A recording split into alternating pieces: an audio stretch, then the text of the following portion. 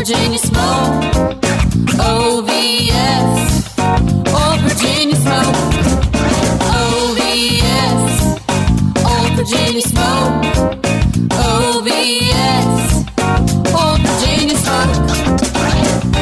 Old Virginia.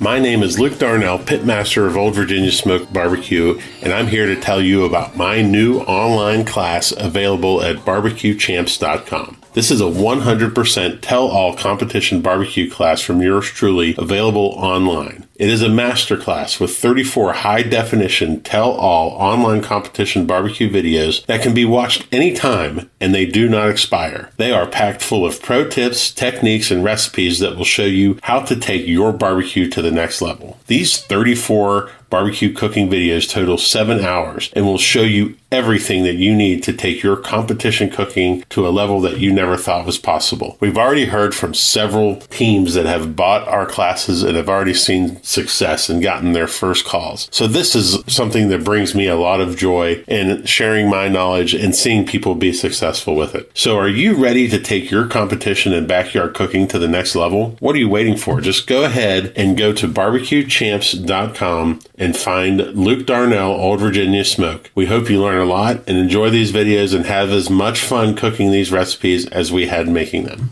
This podcast is brought to you by barbecuedata.com. Barbecuedata.com is your one-stop shop for all of your barbecue competition data. If you're looking for historical data, calls, wins, and have the ability to track your progress in every meet, Barbecue Data has everything under one roof.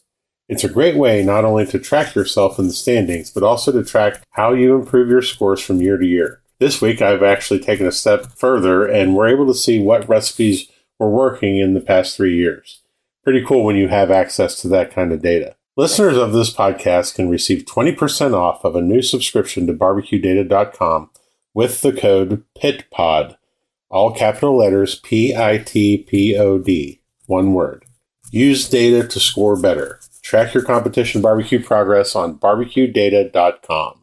Hi, Pitmaster, an Old Virginia Smoke podcast. My name is Luke Darnell, and we have with us one of my favorite people in barbecue, Janice Smella from Smella Que, from the Northern Lands. How are you? I'm great, thank you. I am from the Northern Lands. I think, and you might, I'm 100% sure, I went through the list earlier, I think you may be the first Canadian that's ever been on the podcast. Woo! But I'm not sure. I think we're setting trends here. So Awesome. How are you doing? I could be your favorite Canadian, right? What's that? I could be your favorite Canadian. Well, you are my favorite Canadian, and I don't care if John Thompson hears that or not. Perfect. So how are you doing? I'm great. Yeah. Yeah? Getting ready for the Jack? I'm getting ready for the Jack. I'm practicing as much as I can. And we're going to enter in Chef's Choice and dessert and do all the categories. This will be my second time being invited. And so now that I have a flavor of what it's like, I was like, we're going to go for it. We're just going to do it all. I've always been of the opinion that you kind of have to. You know, the opportunities to go are so rare. And when you're there, I just feel like, you know, any chance that you get to get on that stage is a chance that you got to take. So 100%. Yes. Yes. So tell me about what was. Go ahead. Oh, when you went, what was, I know I think you've gone a few times. What was like the part that you felt the most confident in? I'm curious. Oh gosh. This will be our third time. The first time I was confident about nothing. I had some confidence, and then we had some interactions with the local law enforcement that spread and just destroyed all of that confidence. So first trip was not the best. Second time, and it wasn't anything that I did. Put that out there. Wasn't anything that I did. The second time, I had confidence in the plan. And I think you have to have that. You have to go back to the beginning, and when we all started out, and you have your plan and you stick to your plan because there's so much going on, and there's so much to look at. It's constantly you're constantly like this, like, wow, what's going on Yeah. over here? What's going on over here? And we really, I think I might have even went too far as in terms of just staying within our group and making sure that we had a good cook. This year, I'm more confident with having been there again. Um, I know the things that I have to do. I know the things that I want to do, and I know the things that I don't have to do. So I have a lot more. I'm a lot more at ease on this third trip than I have been before. So, what about for you? All right.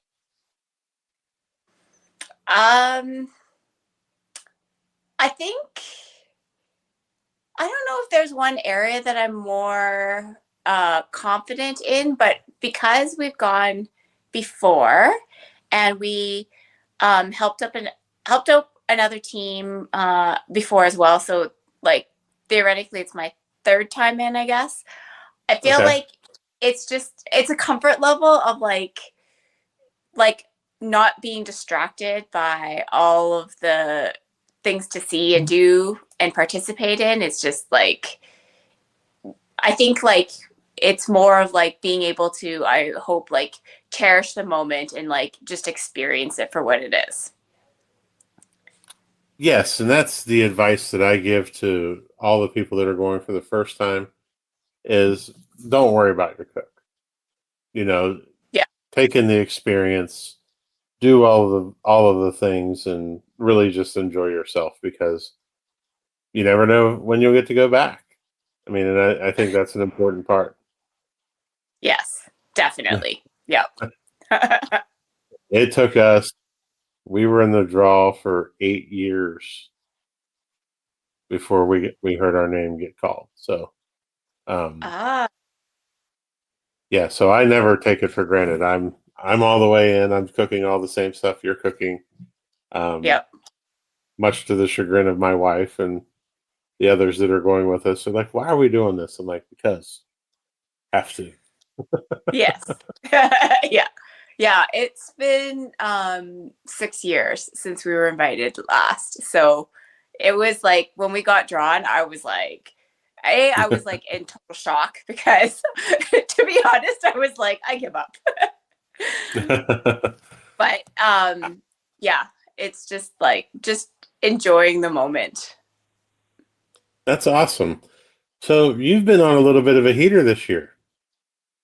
I have been, yes. Thank you. I just went and looked it up on barbecue data, and Oh yeah. you've won your last four contests, I believe. Um yes. Yeah, Yeah, maybe. yeah. I don't know I that it. cooked one, but yeah, I've been on a tear. Like I was trying to think today. I don't have barbecue data. I should get it. Um, but I was It's up like, there in the I don't corner. even know how many tests I've done. Like I This think year? yeah, I Oh my think gosh. Okay. 7. Was your last So contest on September 1st? nope. I just won one last like this weekend, yesterday. Oh, okay. So it hasn't populated. So you've won five in a row. Okay. Yeah. That's even more Yeah. impressive. Thank you. Yeah, So that I would be your one, two. Let's just go look at the tape here. We'll just click on okay. Smella Que and we'll do a barbecue review of Smella Que right now. Oh, So okay. that would be your 10th contest this year, Okay. in which you've won five of them. That's That's craziness. it is Yeah, craziness. We that's have been crazy. So to have stats like that is incredible. I I said I don't have the data, and I'm not a statistics person. It's kind of funny because people will be like, "Oh, you are, you've won X number for brisket this year," or like, "This is how you place." I'm like, "Okay, I have no idea." Like, if you're doing well, and it's such a cool and amazing experience when you're like on a tear, but you also I feel like you're in a groove. Like, I've got the vibe happening, and it's a pretty fun place to be, I won't lie. Well, it looks as I look at here, wow. I mean, you've not just. I mean, you've won in the States a few times. You've won in Canada. Doing great. I mean, all of your Yeah. averages are pretty high. I'm telling you all this just to try and get you to subscribe to Barbecue Data. You have a 174.66 average in chicken, Okay. Wow. and more importantly, you have a 174.39 average in brisket, which is impressive. That's really good. That's And is really that good. here or across like our history? That's just this year. That's just there. Okay. Yeah. This year, yeah. So we can actually go back and look at your 2024. This is funny. And yeah, your brisket average last year was 172, so you've increased that by 2 points, which Wow. is exceptional. Yeah. Yeah, so that's fun. That's It's fun. super fun. Yeah. So I one was might say that you might be the hottest barbecue cook in the world. Oh, really? I'm not trying to put pressure on you or anything. That's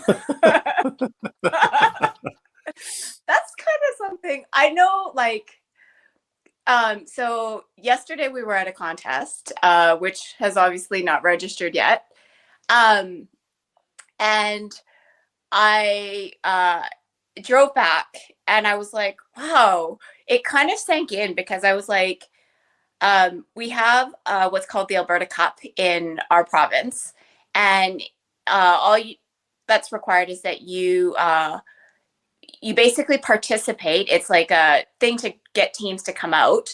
Um, so if you show up to 4 of the events that are held in Alberta, then we track your scores through KCBS.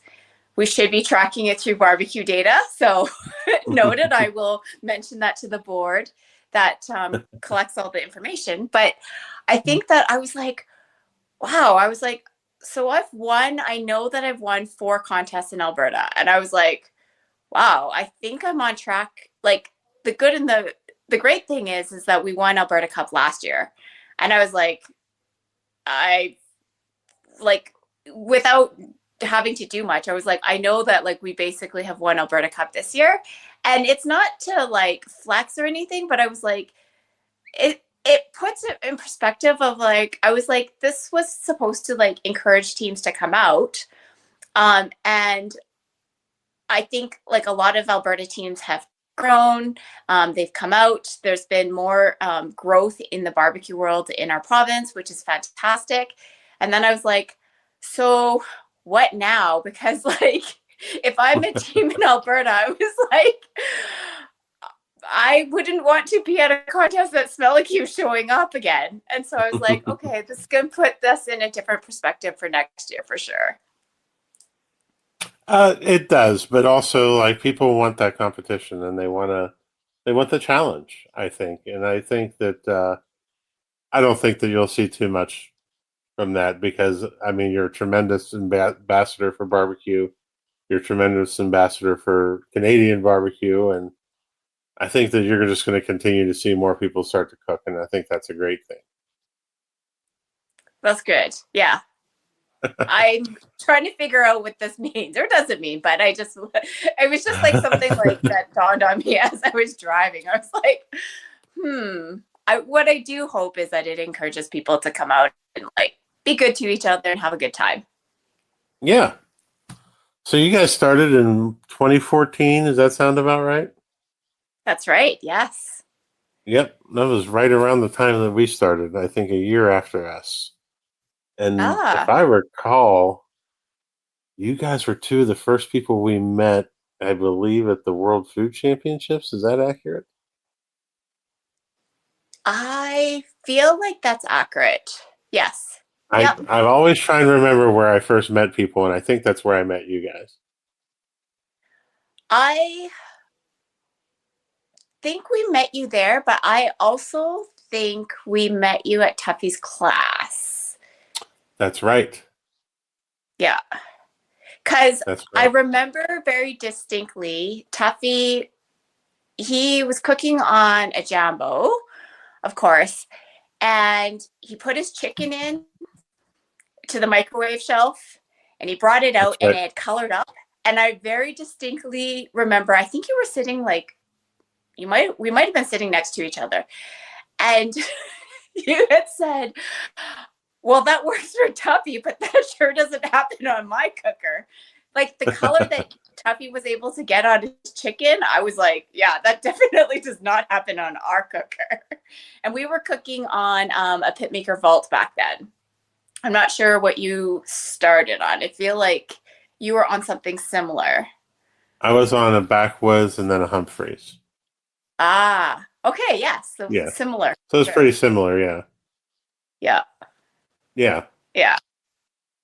Gosh, I think back to that class, and that, that was a good time, but also uh, arguing with Tuffy about that flipping that chicken over in the butter. That was one of my favorite things I've ever done. Why would you Yep. do that? That makes no sense. Yeah, that does not make any sense. 0 cents. So you've been at this for a while, and you've had such great success. Where does your confidence come from in terms of cooking? Ooh. Uh, you know what? I think it's just out of experience. We've been so fortunate. Like we, our first contest, we had really, it was trial by error. It was the first time we had ever really used our pit. So we had bought the pit from Houston, Texas, earlier that year and had it delivered to us in the dead of winter in January in Canada. I had told my husband, Russell, to put it on the deck when it got delivered. And I didn't appreciate that it's 1,000 pounds. And Right. it arrived, and he was like, yeah, there's no way that we can like move it to the back deck. He's like, I could barely get it into the garage. It was like we had like an inch and a half clearance to get it into the garage. And he's like, it's staying there. um, so but we had success like on our first contest. That first contest we did was in Edmonton. And I remember looking around and everybody had like bags and bags of charcoal. And we had brought 2 bags of Kingsford and had that next to our pit. And I was like, I went to Russell. I was like, so like, does like the 7-Eleven sell charcoal in case we run out in the middle of the night? Because everybody else has like 5 bags of charcoal. Like clearly we need more. Um, we came fourth place in that contest and we were like a rookie team, but so was like more than half of the teams that competed that day. And so once you get hooked, you can't really go back. But then like once you're humbled at another contest, then you really like feel like we really buckled down. We were second from last in a contest later that year. And I was like, okay, we don't know anything about barbecue. We have to like learn it, figure it out, cook a few more briskets, ruin a few more briskets for sure. And just like figure out what to do next. And so I think like that experience has like really helped us to actually get towards like knowing what we're actually doing. Yeah, no, I get that. And I think practice is a very important thing that a lot of time gets overlooked. I was talking to Darren today, And I was like, I think I'm gonna go buy a prime brisket and I'm gonna cook it just to try some different things. And he's like, "What do you think that is going to happen with that?" I said, "I was like, I don't. At this point, I don't know. And I'm just gonna try and figure it out." So I don't know. He kind of talked me out of it, but I am gonna, because this is the longest break we've had this year. So we have 3 weeks off, and so I'm just gonna cook some stuff at home and just keep Yeah. myself sharp. So one of the things that these podcasts are great at talking about everything that everybody's done, but one of my favorite things to talk about are favorite failures. Do you have a favorite failure of yours where something didn't go to plan and it really taught you something that you were able to use going forward for success? Oh yeah. Um,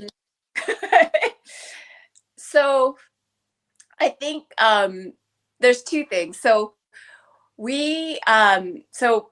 normally Russell and I cook together, and we have been since the beginning. But one year, which I don't remember what year it was, but I decided, I was like, I think I could cook by myself. I think I can do it. Um, and Russell always ran the pit, and I ran kind of like, I called it like inside the tent, what would happen. But Russell did all of the slicing. And then I would basically hover over him and tell him what he did wrong, as a wife should. And I would also uh, basically like put it into the box and prep that way. But one year I decided I was going to see if I could cook a contest by myself. So I flew to Niagara Falls to do it, because it would be too tempting to like bring Russell along, and I can't move the pit maker by myself anyways.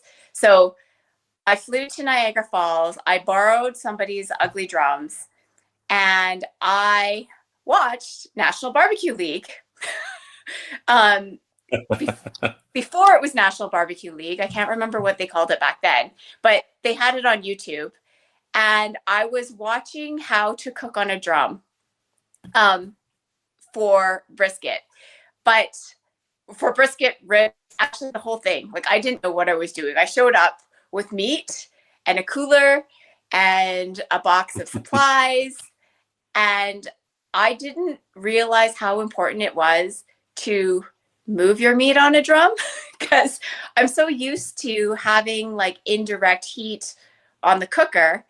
And so it was my first real time like cooking brisket on a drum. And I burnt the bottom of my brisket so good that when I cut it off, it fell and it cracked. Like I heard the thunk, and then like it was burnt. And so the learning was you have to move your meat. And like when you see something online, and you don't really understand why they're doing what they're doing, why they flip their briskets, you should ask the question, or you should dig into it a little bit further. But I also learned to persevere because when I cut the burnt brisket off, I had held it over my cutting board. And so it hit the table, cracked, and then I like swept it off the table. But all of the black charred flakes also landed all over my cutting board, and I still had a turn-in box to do. And so I really learned like the importance of like focusing and really like just getting it done, in terms of like I still had a turn in to do. It turns out that the rest of the brisket was great. I suspect, I don't really remember, but I think I won brisket that day. But I do know I Wow, won the contest.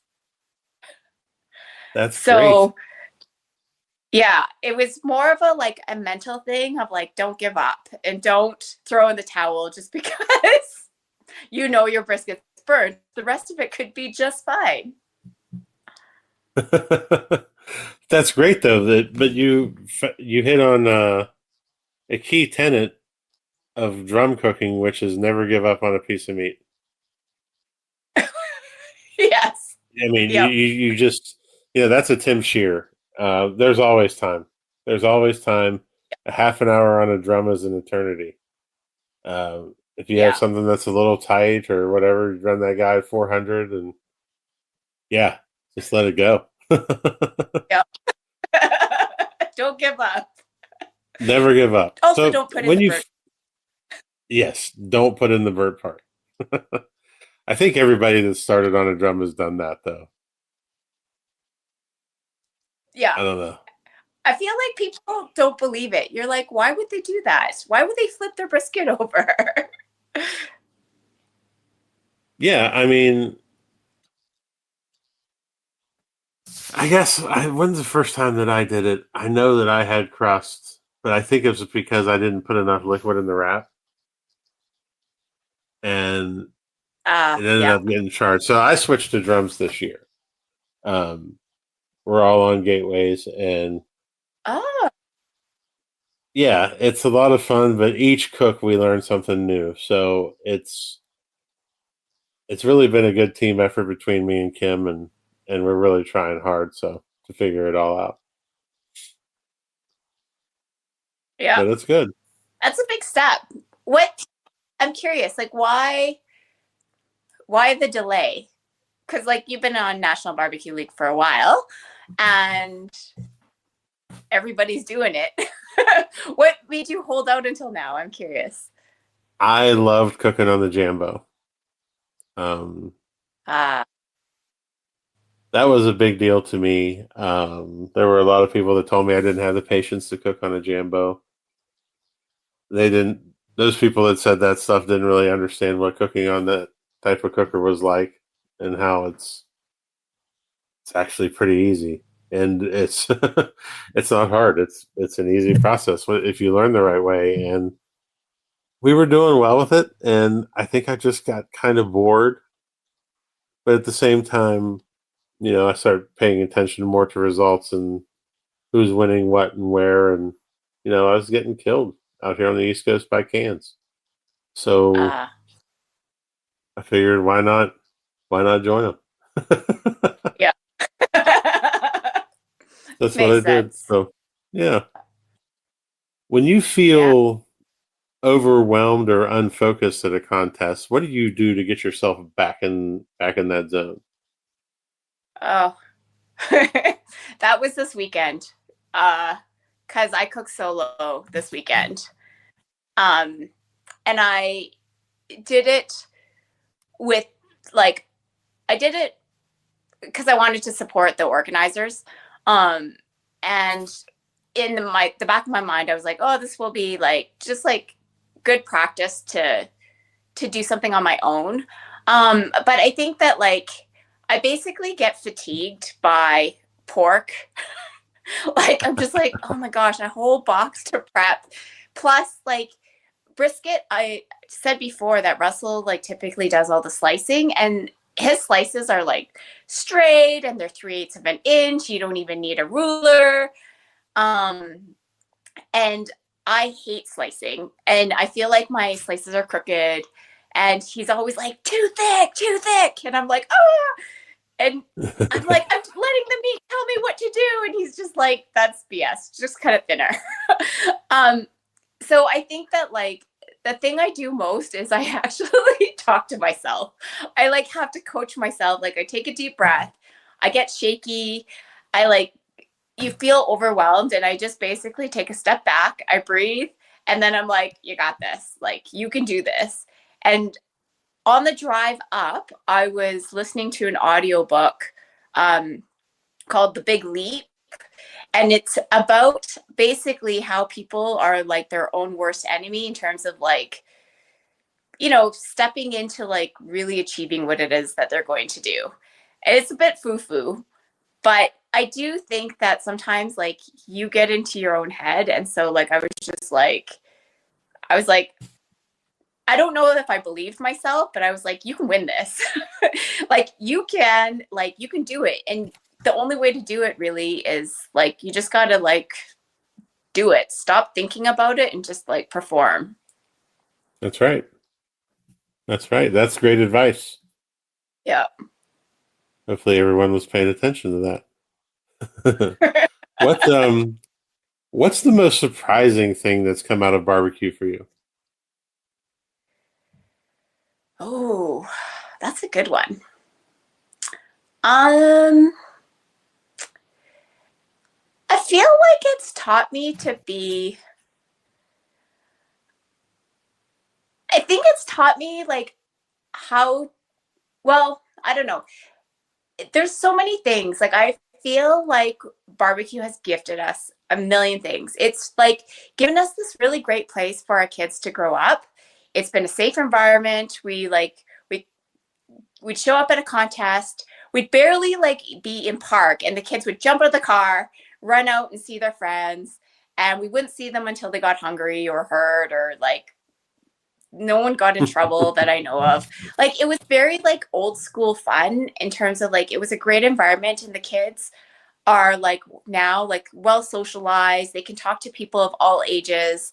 And they're very capable, which compared to some of the kids that are like locked in their rooms or like, you know, like they're basically on FaceTime all the time or screen time all the time. Like I Hmm. feel like that is something I don't take for granted is that like I love that our kids are social human beings who have curiosities and can talk to different people. But I think it's also like taught me how to just like interact with others as well because you get all kinds. You get people that are like uber competitive, and then you get people that are friendly because you're going to see them every weekend.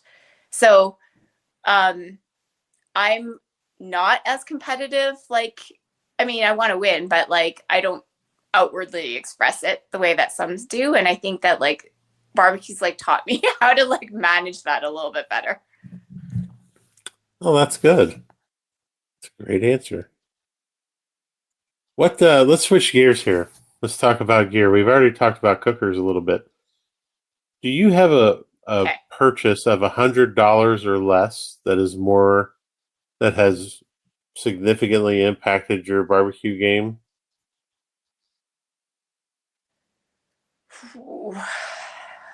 $100 or less. I don't know about others. I'm like super simple. I really um I because I travel a lot, and like I'll do like I call them flyaway contests where I'll just like fly in and borrow stuff. Like really, I think oh, actually I know what. Besides the Thermapen, which I would say Uh, most people would have, uh-huh. my favorite thing are these gloves. They're called MagnaChef gloves. They Uh-huh. are silicone gloves and they're like the Star Trek, like they only have three fingers. So they Uh-huh. um and they have a magnet basically that clips here. So like basically the great thing is like you can you don't need a lot of dexterity to pull stuff in and out of your pit. And my hands are small. I may have a great track record, but I'm 5 feet nothing or 412 as my husband says. So it's hard for me to reach into the bottom of the drum and like just like silly things or like I there's pictures of me at a contest where I borrowed an offset and I couldn't reach to pull the lid down, so I had to use a cooler as a step stool to pull the lid down on the offset. um but anyways, these gloves are great because like I feel like you always like need something and then like you're like, where's the other glove? And because there's a magnet, they're always clipped together and you can just like it has enough dexterity to grab stuff in and out of your pit. But I think it's like $35. Oh, They're that's great. great. I think they come up Anna. Awesome. The Yeah. struggle is real for the short lady pitmaster. My wife also struck. She's 5 foot nothing, and when we had the Jambo, like I'm like, shut the door. She's like, I can't. Like, I can't reach it. It was pretty funny.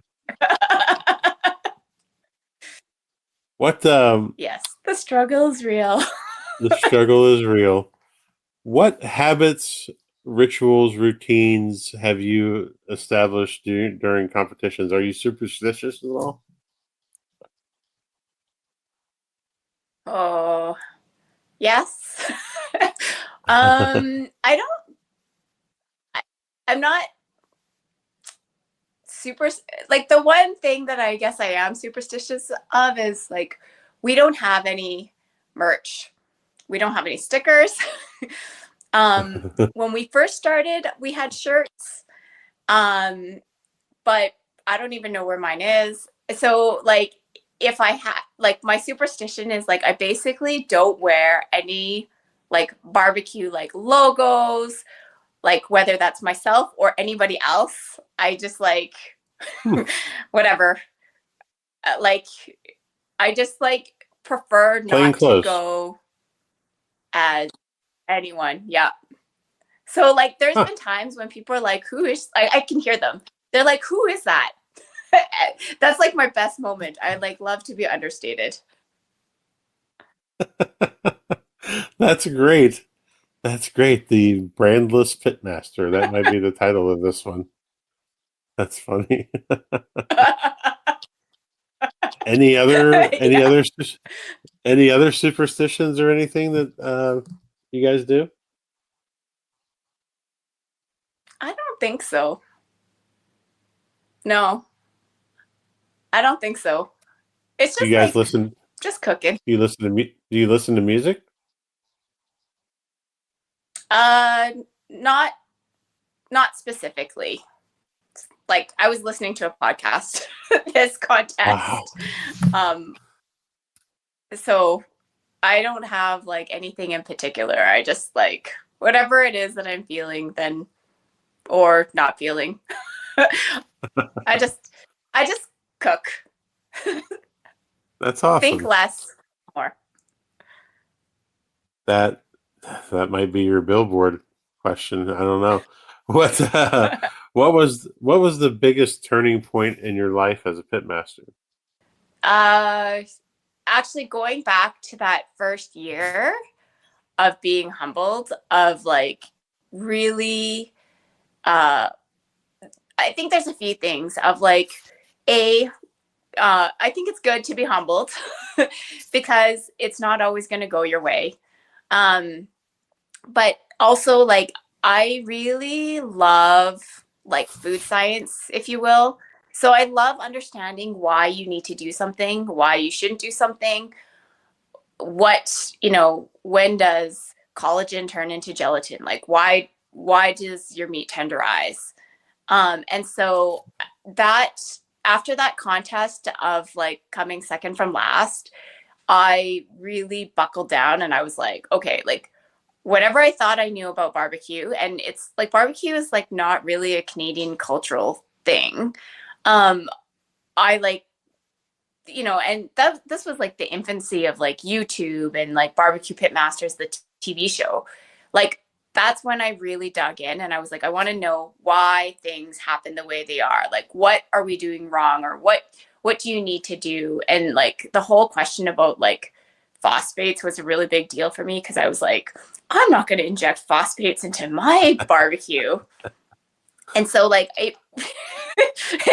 yeah, right, you're laughing, but like that's the thing that like I think that was a turning point of like really learning what it took to like be actually successful, like not less by luck but more by like understanding what's behind it and like putting in the effort to like make it happen. That makes sense. And it goes back to flipping the chicken over in the butter. I'm like, why? Why would you do that? That's Right. you've done all this work Yes. and now you've ruined it. And I don't understand. Like that doesn't Yeah. There's a I lot of know funny some people. things at barbecue. Oh, absolutely. There's stuff that I do purely because it worked once. It makes no rhyme or reason, but I do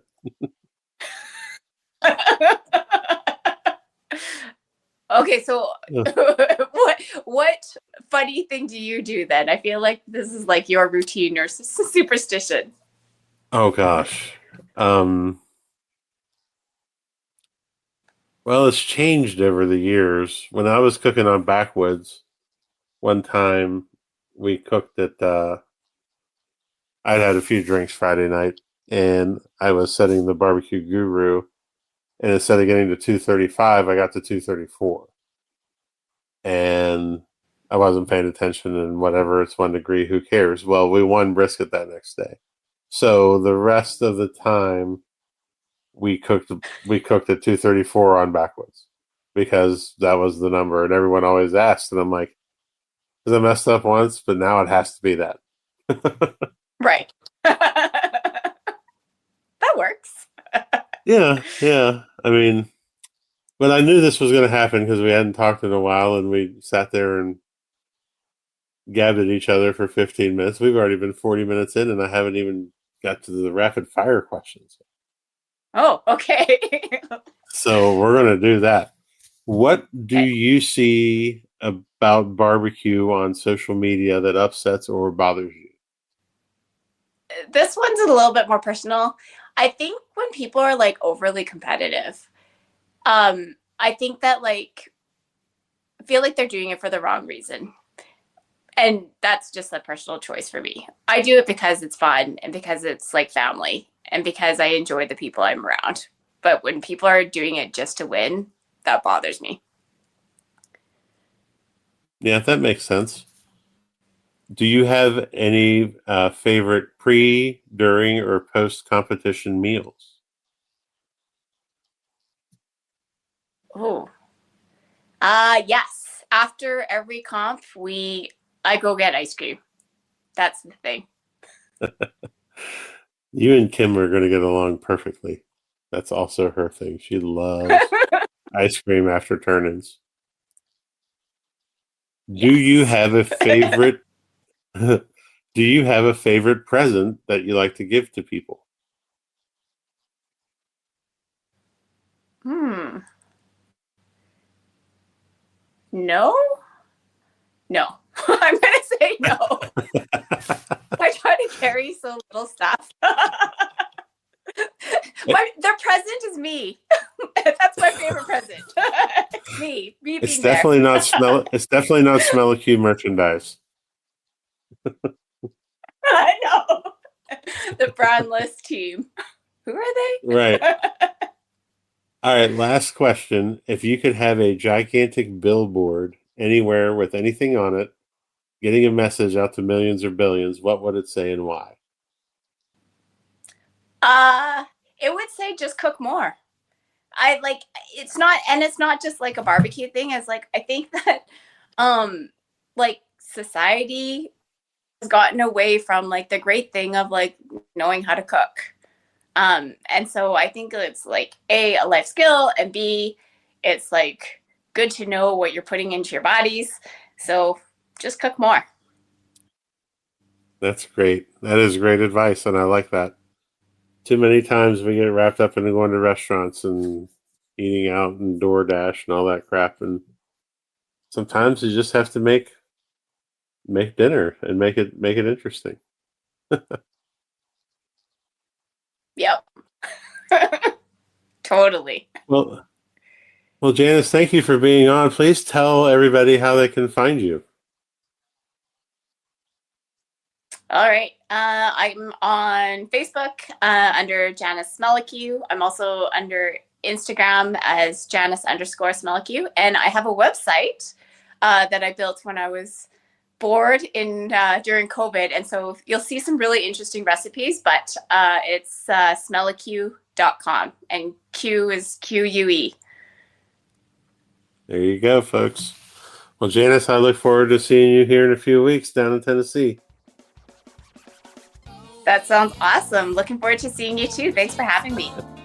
Thank you for listening to Pitmaster, an Old Virginia Smoke podcast. Be sure to subscribe and like the podcast, rate the podcast, and to share it out with your friends. Also, be sure to check out the Old Virginia Smoke TikTok as well. Old Virginia Smoke, One word. That's all you have to search for. It's hilarious. Tune in next week for another great episode of Pitmaster. For companies interested in advertising, please contact Old Virginia Smoke directly via www.oldvirginiasmoke.com. Pitmaster, an Old Virginia Smoke podcast, is edited by Chris Sedanka. Pitmaster, an Old Virginia Smoke podcast, is a property of Old Virginia Smoke, LLC. Old Virginia Smoke. Old Virginia.